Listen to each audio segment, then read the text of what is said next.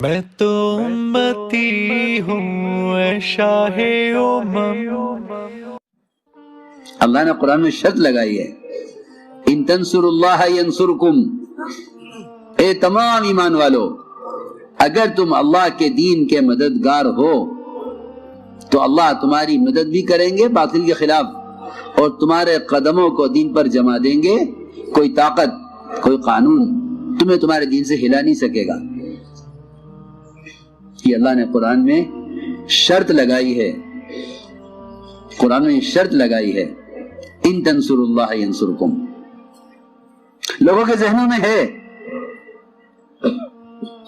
کہ میں اپنے مال سے یہ مددیں کرتا ہوں، میں اپنے مال سے مسلمانوں کے یہ کام نکالتا ہوں، میں اپنے مال سے ہر انسان کے کام آتا ہوں۔ لیکن مولانا الیاس صاحب کا ملفوظ، اللہ غریق رحمت کرے حضرت کو، قیامت تک آنے والی امت کو یہ بتلا گئے کہ دیندار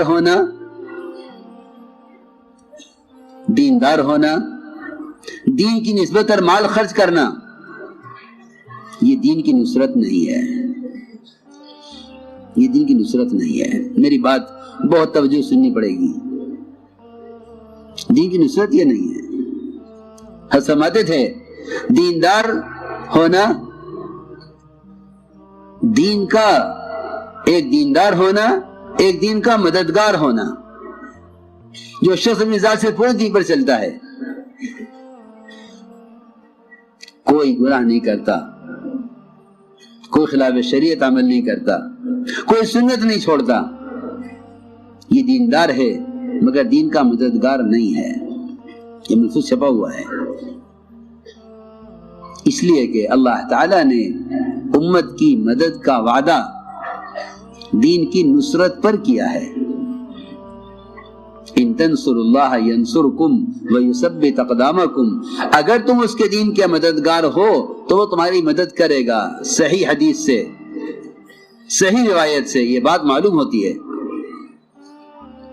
کہ فرمایا حضور اکرم صلی اللہ علیہ وسلم نے صحابہ سے کہ مدد کرو ظالم کی بھی مظلوم کی بھی۔ صحابہ کو تعجب ہوا، عرض کیا کہ آپ کیا فرما رہے ہیں؟ مدد کرو ظالم کی بھی مظلوم کی بھی؟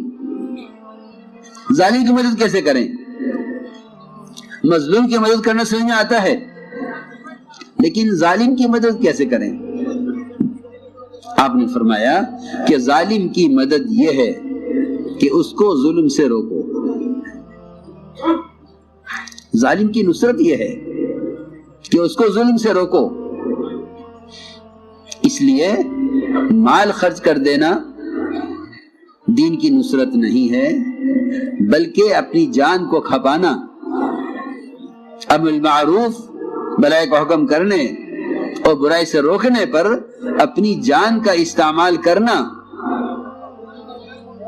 یہ دین کی نصرت ہے۔ اگر آپ یہ کر رہے ہیں اور پھر آپ کے دین میں کوئی رکاوٹ پیش آئے تو خدا کی قسم اللہ تعالیٰ ایسی رکاوٹوں کے مقابلے میں خود آ جاتے ہیں۔ میں چھوٹی سی مثال دیتا ہوں، چھوٹی سی مثال ہے۔ حضور اکرم صلی اللہ علیہ وسلم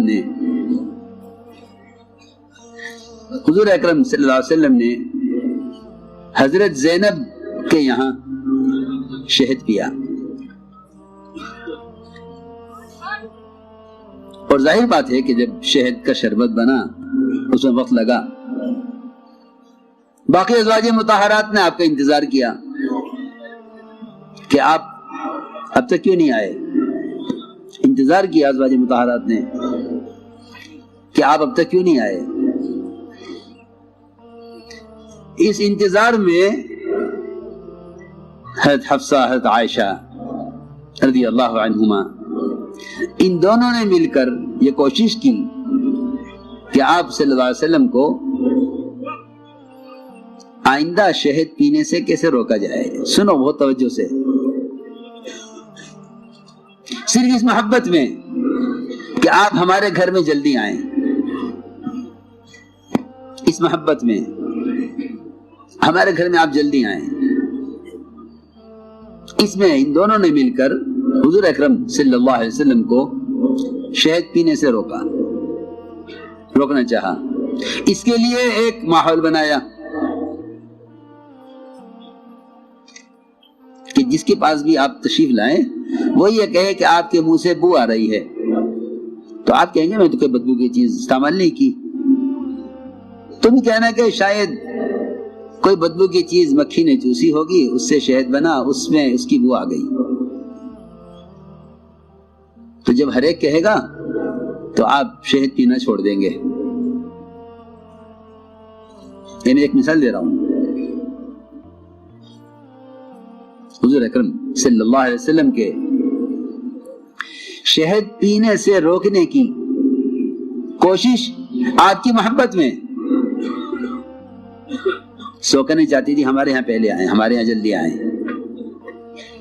چنانچہ جب یہ ہوا تو آپ صلی اللہ علیہ وسلم نے شہد پینے سے قسم کھا لی کہ میں شہد نہیں پیوں گا۔ اللہ نے تنبیہ کی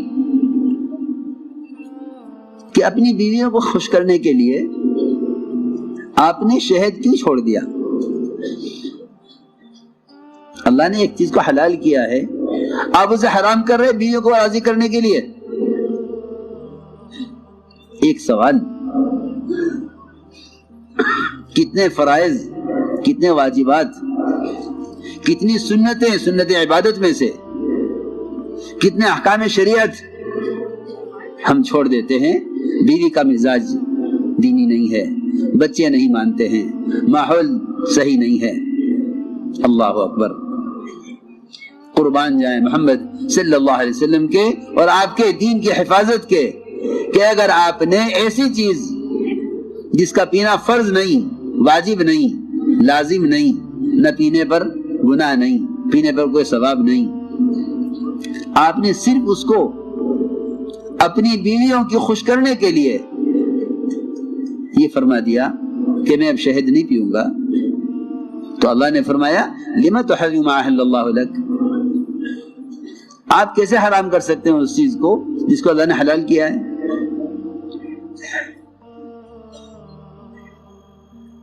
ایک بات تو یہ، دوسری جو اصل بات عرض کرنی تھی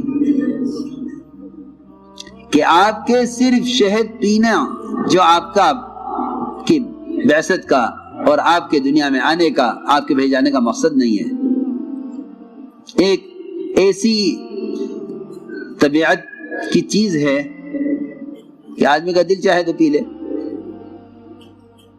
چنانچہ عمر رضی اللہ تعالیٰ عنہ کو جب شہد ملا کر پانی پیش کیا گیا تو فرمایا کہ اس ٹھاٹ کی زندگی کی کیا ضرورت ہے، شہد رہنے تو مجھے سادہ پانی پلا دو، یہ بھی اللہ کی نعمت ہے۔ ایسی چیز چنانچہ آپ کے شہد پینے کے خلاف اور آپ کے کو شہد پینے سے روکنے کے لیے حضرت عائشہ حفصہ نے جو کوشش کی، اللہ نے فرمایا کہ اگر یہ آپ کے شہد پینے کے خلاف کوشش کریں تو اللہ آپ کی مدد کے لیے، جبرائیل آپ کی مدد کے لیے، تمام ایمان والے آپ کی مدد کے لیے آپ کے ساتھ، اور اس کے بعد تمام فرشتے آپ کی مدد کے لیے۔ اللہ اکبر، اس سے اندازہ کرو کہ جب آپ کو آپ کی محبت میں شہد پینے سے روکنے کے لیے اس پر اللہ تعالی کی طرف سے یہ مددیں، تو جس دعوت اللہ کے لیے آپ بھیجے گئے، اگر کوئی آپ کی بعثت کے مقصد میں رکاوٹ بنے،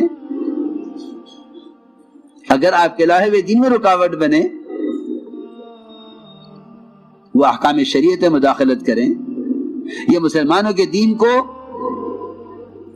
مسلمان کے دین کو اپنے قانون، اپنے ملک کے اعتبار سے چلانا چاہیں، اس سے ذرا دل کو جگاؤ، ذرا دماغ کو لگاؤ، ذرا سوچو کہ کہ اس سوچ کے خلاف اللہ تعالیٰ کی کون سی مدد آئے گی؟